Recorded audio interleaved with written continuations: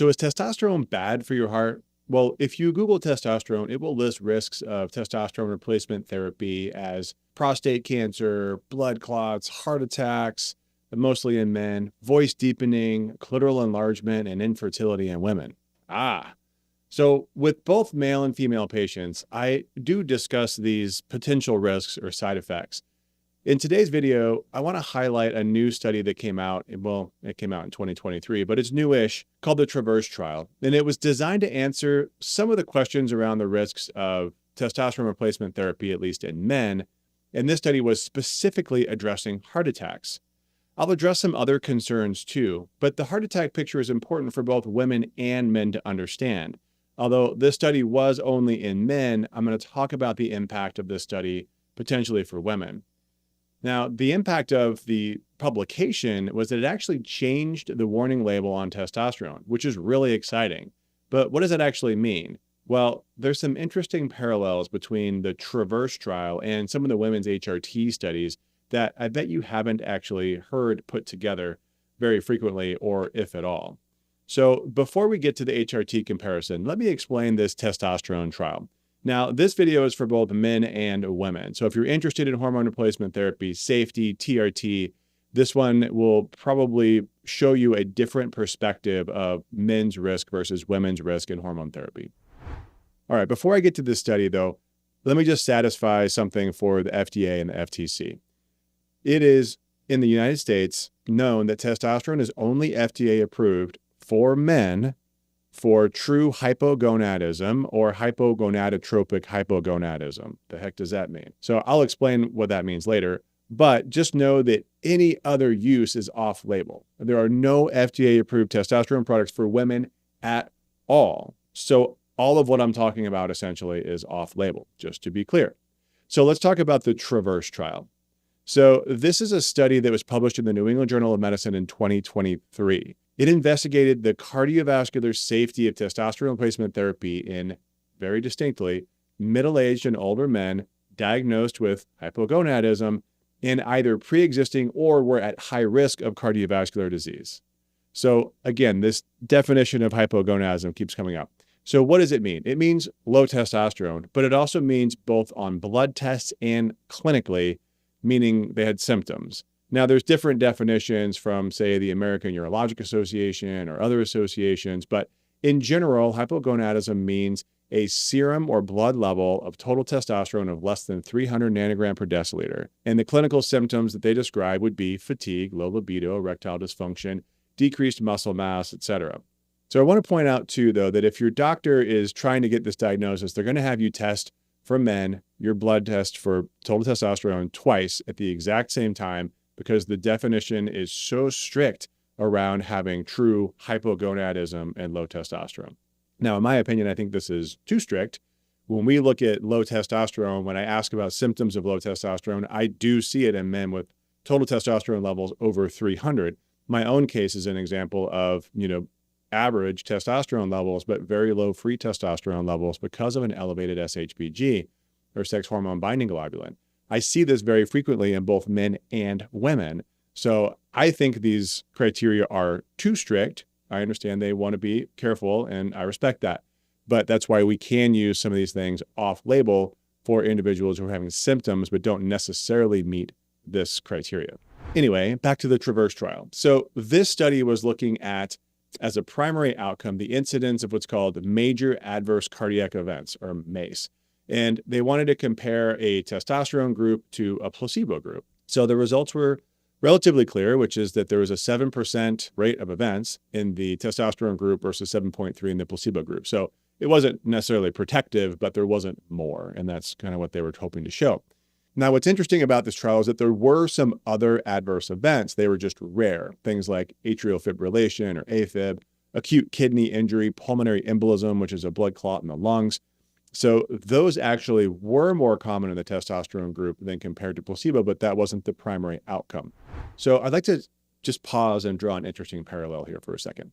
So if we look at the actual rates of this rare thing called pulmonary embolism, the actual rates are that in the testosterone group, it was 0.9%. In the placebo group, it was 0.5%, which doesn't seem like a big difference. But remember, Significant differences are based off of statistics, and it depends on how big the study is and what is the thing that they're looking for. I point this out because when you look at the Women's Health Initiative, you're going to see some interesting comparisons of these quote unquote rare events.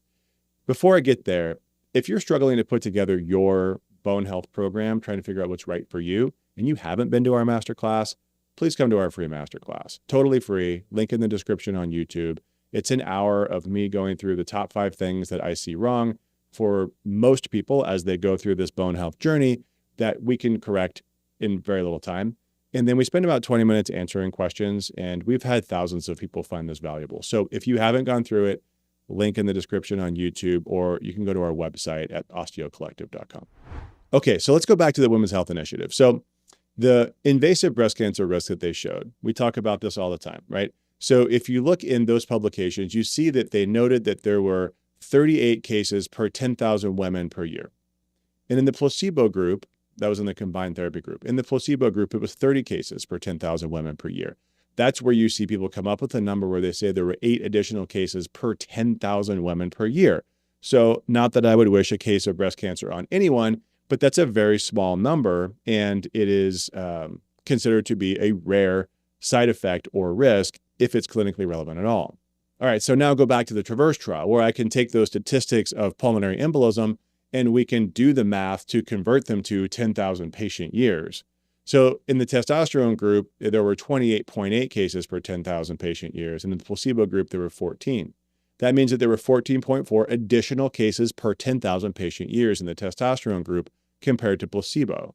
Sounds kind of similar, right? So breast cancer and pulmonary embolism are different things for sure, but they're both dangerous. And in both of these studies, they were both rare side effects or risks, depending on how you look at it. But the disparity in the outcomes highlights part of the insanity of the fear of breast cancer from estrogen. The conclusion of the TRAVERSE trial was that testosterone replacement therapy does not increase the risk of major adverse cardiovascular events in men with hypogonadism and elevated cardiovascular risk. There was no mention of PE, AFib, or acute renal failure. The Women's Health Initiative, on the other hand, with a similar rare event, changed the world of HRT and devastated millions of women over the risk of breast cancer that was a little over half the same risk of pulmonary embolism, which wasn't even mentioned in the outcomes of that study. Both are rare. Both need to be considered, but the difference in treatment between men and women based off of studies like this is absolutely stark, and it's maddening. All right, so back to testosterone. Now, what does the TRAVERSE trial actually mean to me? Well, truthfully, I was not that concerned about cardiovascular risk and testosterone replacement therapy in the first place. I would like to see a big trial because it does show up, but it doesn't really make sense to me physiologically that it would be associated with an increased risk. If anything, I would think it would be a decreased risk because of the potential lifestyle changes that go along with doing it well. But let's talk about some of the other things that go along with testosterone therapy to be complete. So there is a known potential risk for what's called thick blood or sticky blood, some people call it. But really what they're saying is the number of red blood cells in your bloodstream can go up. That's measured in the blood by hematocrit or hemoglobin, depending on who you're talking to. But essentially, it's just more red blood cells per volume of blood. Now, some people would call that thick. Some people would call it sticky. But actually, it's a normal physiologic response to certain things. So, for example, when I lived in Durango, Colorado, my house was at 7,000 feet. My hemoglobin level was about 2 points higher at altitude at 7,000 feet than it is here in Asheville, North Carolina. We're at like 2,300 feet. So you see this in these elevated communities. Like I have friends that live in Aspen and in Jackson Hole. And you see at these elevated communities that people naturally are going to have higher levels of red blood cells in their blood because there's less oxygen. So this is a normal physiologic response.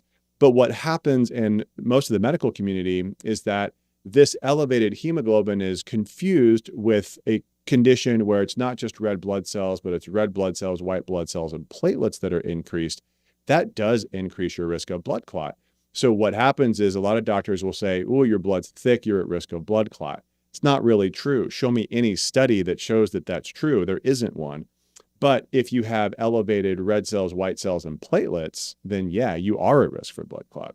So the elevated hemoglobin and hematocrit, I don't know that it's actually risky. I do still follow, though, the recommendations, which are if you are a responder, meaning that this happens to you, which is a small percentage of people that use testosterone therapy. But if that happens, then my recommendation actually is to continue to give blood, not because I think you're at risk of blood clot, but actually more so because people that have elevated levels of red blood cells, I'm also finding that they have elevated levels of iron in their blood. Testosterone does increase iron absorption, so it's actually a good way to get iron out. So you kind of get a twofer there when you're donating blood, and it's good for your community. Now, the other thing that pops up very frequently is the concern around prostate health. Two different conversations here. One is around prostate cancer. The other is around prostate health and size of the prostate. So when it comes to prostate cancer, it's actually really clear that low testosterone is associated with prostate cancer, not high testosterone.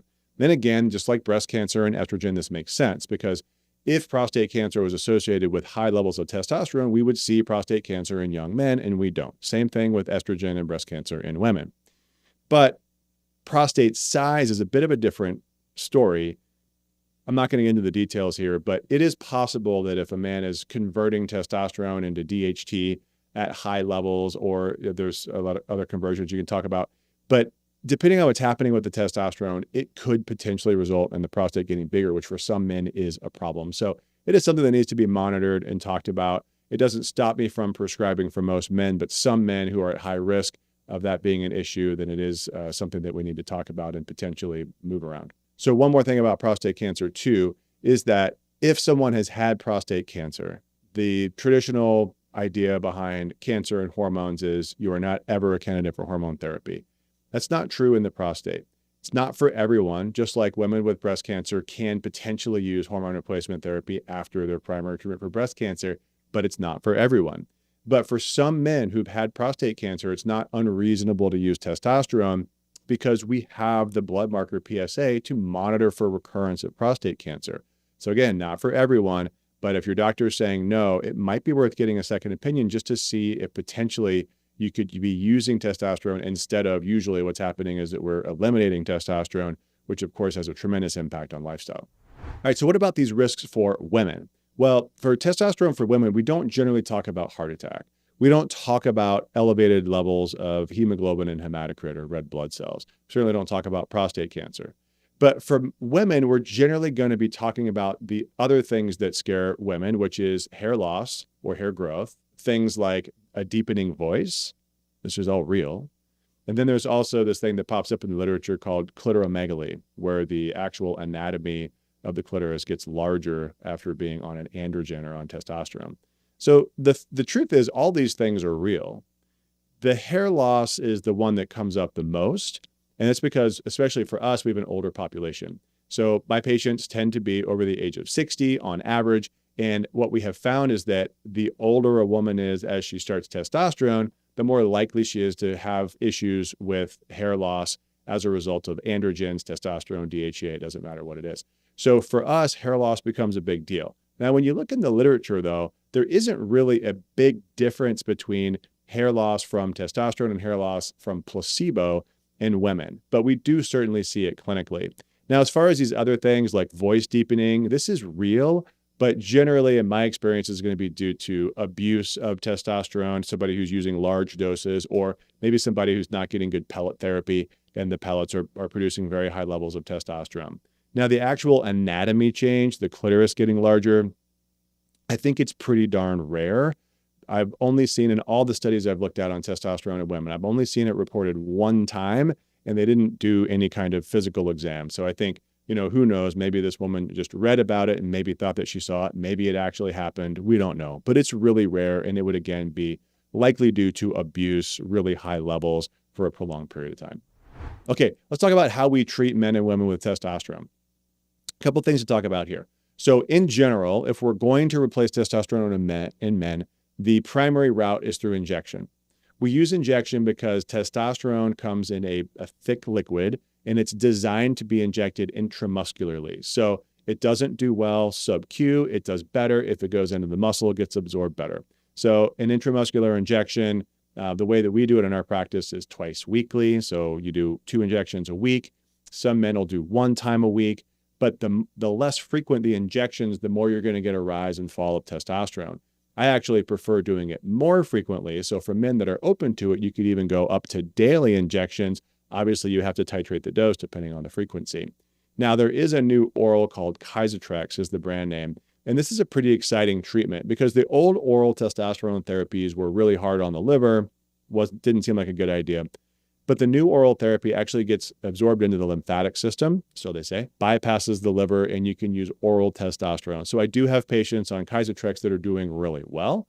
And so that's an exciting potential shift in the marketplace. We don't have, of course, long-term studies, and anything new should be looked at with question, but it does seem promising. Now, for women, most women don't do injections. We don't need that much testosterone, and it's easy to get enough testosterone through cream that's going to be absorbed through the skin. So our preference is to use a compounded cream, and that's going to come from a compounding pharmacy that you would put on your skin once a day, and that's going to be absorbed, and we can get adequate levels in almost all the women that we treat with a cream. Now, some women want to use injection. They don't like the cream, so it is possible. And then in those women, what's nice is that because the amount of testosterone is so much lower, subQ does become an option. Still not really designed for that, but because the volume's so small, it seems to work well for some women.